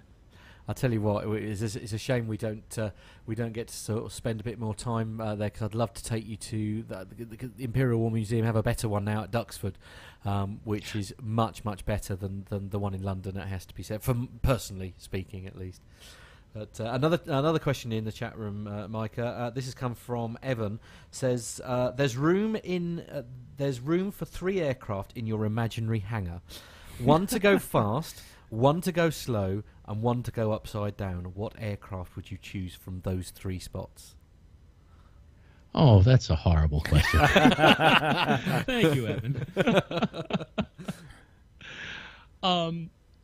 I want to go fast. You know, I love flying along in a small Cessna, and I've never been in any other small private GA aircraft really. But I've always loved to fly when I've had the opportunity to fly in a little Cessna. I've been in a 152, a 172, and a 182. I tend to prefer the 182 because I'm a man of larger stature and I fit into it a little bit better. So. That's wonderful. I'm going to be going slow. Built for comfort, not freeze. Built for comfort, not speed. That's my phrase. Exactly. Going fast, I'm not sure. I would love to get into the back seat of an F-15 Strike Eagle or an F-16. That would be wonderful. And if I'm going to go upside down, let me be in one of those too, because those pilots know what they're doing. Yeah. So if you could pick, we always ask this question. If you could pick any aircraft to fly in it that has ever existed, and the sky, whether it was flying or not, which aircraft would you most love to be sort of flying? What's the dream aircraft for you? If you had the chance to just sit in the flight deck of any aircraft. Now, are you talking about being in the flight deck, or are you talking about just flying in any aircraft? No, I mean, given the chance, given the chance to, given the chance to fly on the flight deck of any aircraft, either gone now or still flying or retired. if you were given the chance, for me it would have to be Concorde. I'd love to go on Concorde. Yeah. We've been on Concorde on the ground, but I've never been able, never had the chance to fly when it was flying, on board the aircraft. But what would it be? You see, now, again, and I'm so difficult when it comes to answering questions like this, and I apologize. But if I'm getting on an airplane because I want to go someplace, then I want to go on the Concorde. I want to be able to be on the Concorde and be in the UK as quickly as I can so that I can get one of Gemma's sausage rolls before they get cold. Yeah, there are still 2 left. I'm happy to announce. But if I'm flying just for fun because I want to be able to be in an airplane and experience a flight, I would love to be in a Boeing Stearman. I think it would be. I flew open cockpit one time, and it was a wonderful, incredible experience. Something that I never thought I would ever have the opportunity to experience, and it was wonderful. And I would love to be able to do it in a Stearman biplane, which is so maneuverable, and it can go low and slow, or fast and high, and it can do acrobatics. And I would love to have that opportunity.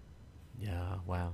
Yeah, no, great choice, great choice. And I'm with you with that one. I think really, I don't particularly enjoy flying, so the fastest way I can get from A to B is always going to be a winner as far as I'm concerned. Now, Matt, I have a question for you. Oh, all right, okay, go on, yeah. Okay.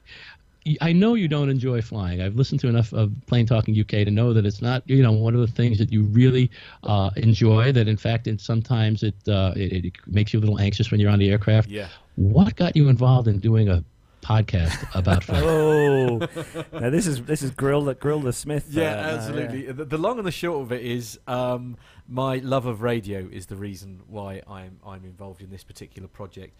I'd been involved with the project right back in the early days when it was Simon and Carlos that were doing it, and Simon was no longer able to participate, and because I used to do radio and I used to do DJing and that kind of thing, I just sort of basically sat in on a couple of episodes while Carlos was looking for someone else, and then he stopped looking for someone else basically, and so I've been sat in this chair ever since. But as I say, my involvement originally, as I say, I'd always been involved, but it was my role was actually more technical. So I'm the person who worked out how to get us live on air and how to do sort of basically put it together and get it out there. So it's actually from a producer role, if you like, and I'm a rather reluctant sat in front of the microphone right now, as Carlos well knows. But yes, thanks for that. It's good. Well, then I was going to say, if I come over to Farnborough, Matt, then there definitely is going to be trouble, because you get people that kind of like airplanes together, and it's always scary. But you get 2 radio people together, and it's even more frightening. You have no idea how much I can't wait for that. It's going to be brilliant. I love it. I am. I mean, for me, as I say, broadcasting and radio, and I've been obsessed with radio since I was like 4 or 5 years old, and I used to record songs off the radio and then like record myself introducing the records and things like that. I mean, I've always wanted to be on the radio, and I've done a little bit of sort of what I call university radio in my time, but yeah, this is a way of no, Tony, no more questions for Matt, please. And it'll even be more frightening, because if you do get there, I've heard that Neville's going to be there, and he's a radio guy too. Oh no, so I can't wait. I would so love to go with Neville and do what he does for the day, because it is just in the world of Matt, it is what I like to refer to as heaven. What he does is I just can't. I love it. I love anything media or broadcasting. Anyway, enough about me. We're supposed to be talking to the guest. I know. So Micah, obviously, we've sort of covered that about how you got interested in all the aviation kind of past sort of thing. But how did you sort of get in touch? Obviously, you've been listening to the Geeks and stuff, but sort of how did it first start with the Geeks? Was it just sort of kind of feedback that you sent into those guys, and then it kind of stemmed from there, or? It's kind of interesting. I'm up here in Portland, Maine, and that's the northeast coast of the U.S. At one point, there was just north of me a naval air station, the Brunswick Naval Air Station, that was closed down by the government. And when it closed down, they were trying to bring in all sorts of business. And one of the businesses they talked about bringing in was Alan Clapmeyer's aircraft company, Kestrel, which we haven't heard very much about. General Aircraft Company, haven't heard much about recently, but they talked about that on the Geeks. And I had a couple of questions about that, so I sent an email to the Geeks about the Kestrel, and mentioned that I had listened to the Geeks pretty regularly in the car with my mother, who was 70 years old at the time. And Rob Mark, in his usual way, made a wonderful joke about, yeah, that's just what we want, a 70-year-old listener. We want more of those listening. And it was a lighthearted joke, and it was fun. And I wrote an email back jokingly taking offense to that, and they got invited my mother to be on the show. And my mother was on the Airplane Geek show before I was. I can remember. I can still remember that, Micah. I still remember. Fantastic. And they were wonderful. They became friends with my mother, Harriet, and she listened to them regularly as she was going through her bout with cancer and chemotherapy. And for a while, they were even saying every time when they would sign off, the sign off would be from everyone around, even down under, "Good night, Harriet," which was just absolutely wonderful. And how lovely. Yeah, and so anyway, and I just became friends setting things up that way, and then sent in a couple of stories. I think the first story was about my first flight, flying with my grandfather. When I took my first airplane ride ever, I was 13 years old. He was 73. At the time, I didn't realize it was his first flight ever, too. And it was a wonderful experience that I can absolutely and totally vividly picture in my mind to this day, and continued to write a few stories here and there and sent them in, and for whatever reason they decided to play them here every now and then. So it's developed into a wonderful friendship, and I'm their main man and a regular correspondent now, and they've been very, very good to me, and I can't thank them enough. Wow.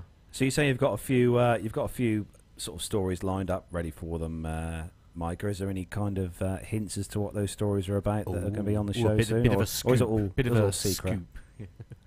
Well, let me see. It depends on if and when the geeks choose to play them. You know, they have a very, very tight show. Max is an amazing producer, and he keeps it so tight and so well together that, you know, he wants to keep it down to a certain time, and he does it, and does a great job at it. He is so skilled when it comes to editing and putting it together. We don't do timings here. We just go on and touch.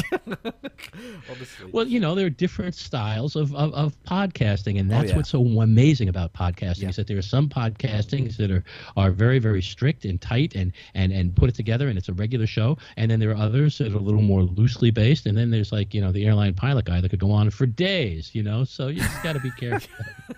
Days, how rude. Actually, Jeff was in the chat room earlier. Yeah. So I think he had to go. But so anyway, it is, I'm afraid, time, ladies and gentlemen, to start wrapping things up. But thank you. But we are, before we go, we are going to give Pilot Pip just one last call. We to see how he's getting on. Yeah, absolutely. So let's try that right now. Aha. Hello. Hi guys. Hello. Welcome, Pip, back onto the show. Are we live again? We are live. Yes, we are live. 100% live. Yeah, family show, please. Wasn't one of the regular listeners that Stuart or someone was an ambulance driver? I don't know. What are you requesting an ambulance, sir? Yeah, if she's in the chat room, would you mind awfully? I think you mean my friend Stuart Services, and perhaps you're getting confused with that. Right. But he would, however, have very easy access to oxygen. Which is something you need. That's good. So, Pip, give us a Pip update. How are things currently going? Well, I'm at a point in the marathon which I believe is called the wall. Oh. Whew. It's pretty hard work. I just passed 20 miles. There's only 6 to go.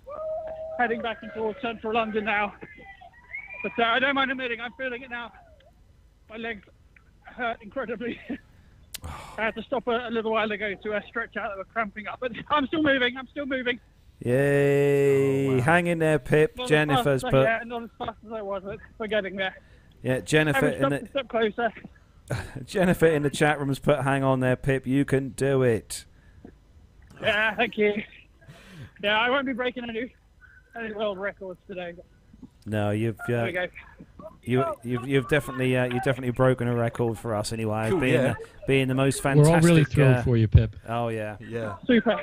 Can you hear Micah? You guys have okay. a good show today. We'll let Micah answer that one. This is Micah, Pip, and we're all really thrilled for you, and the show's been great. And it's just horrible being here, having to follow you, because your show last week was incredible, and your show this week is even better. Oh, hey, Micah. I didn't realise you were on. Thank you very much, sir. All right, okay. So how far have you got left to go then, Pip? So just under 6 miles. Oh wow, God, you've done really well. 20. About 6 to go. So yeah, like I say, it's hurting a little bit now. So have you made many friends on your trip around the London Marathon, Pip? Yeah, well, especially I seem to be in a bit of a race with that rhino. I overtake him, then half an hour later he overtakes me. I'm not sure where he is at the moment. I think he's in front of me somewhere. Oh dear. Oh well. Look. Well, as Actually, I say, I'm just out by London City. There's a BA 146 that's just gone overhead. I don't know if you can hear him in the background. Always a pilot. Always a pilot. Oh dear. Yeah, I thought you'd like that.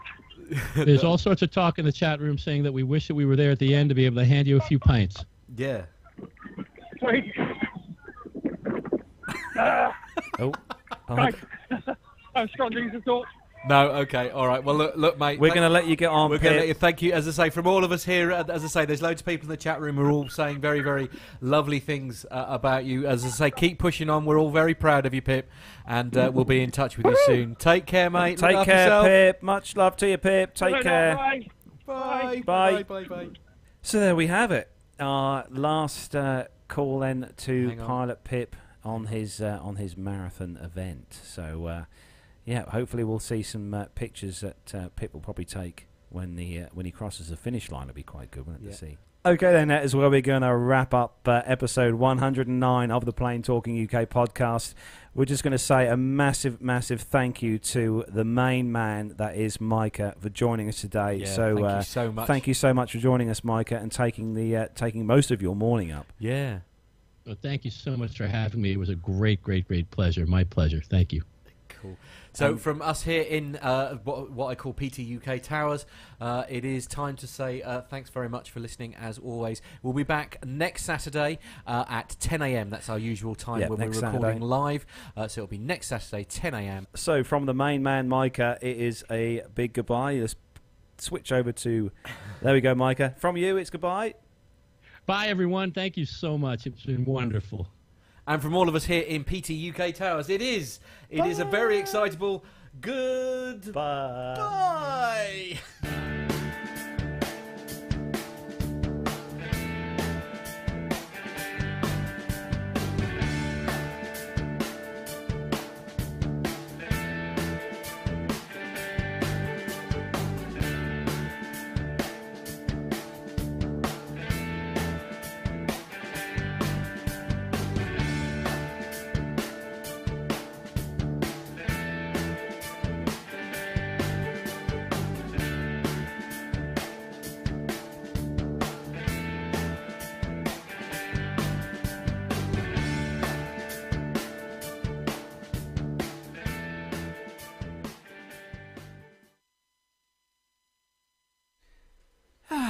There we go. It was a long, technically challenging show, but we got there in the end. I still don't know quite what happened in the middle there where we fell offline, but never mind. No. All part of the fun. It's all part of the fun. Indeed. Well, that was great. Thank you so much. Thank you very much, Micah. Yeah, absolutely. And we'll have to do it again if you're up for it. Absolutely. 10 in the morning would be a little tougher, but it can be done. I just won't go to sleep. No, it's all right. Well, no. We tend to, as one of the reasons why we do it this way is because it sort of makes it quite flexible. So we can, schedule around guests, make it a bit easier for them. That's why normally we release it on the Sunday ordinarily, you see, because then it means it doesn't matter whether it's Friday night or Saturday morning, whatever works best for our guests, we can then record and still publish it at 10 a.m. Sunday, which is what we normally do. Obviously, with Pip being involved in the marathon, this is an exception, of course. And with any luck, with the amount of editing that Matt's got to do with this episode, this should go live Wednesday. Hopefully next year. Yeah, absolutely. But it'll be good.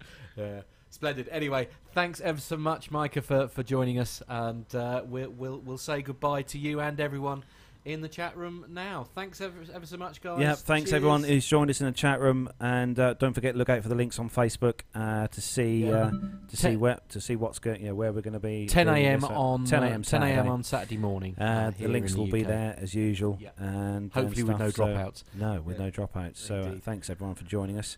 So I'm going to kill the feed now. So thanks. Enjoy so much, guys. Enjoy the rest of your weekends. So goodbye, everyone in the chat room. Goodbye. Bye, everyone. Thanks again.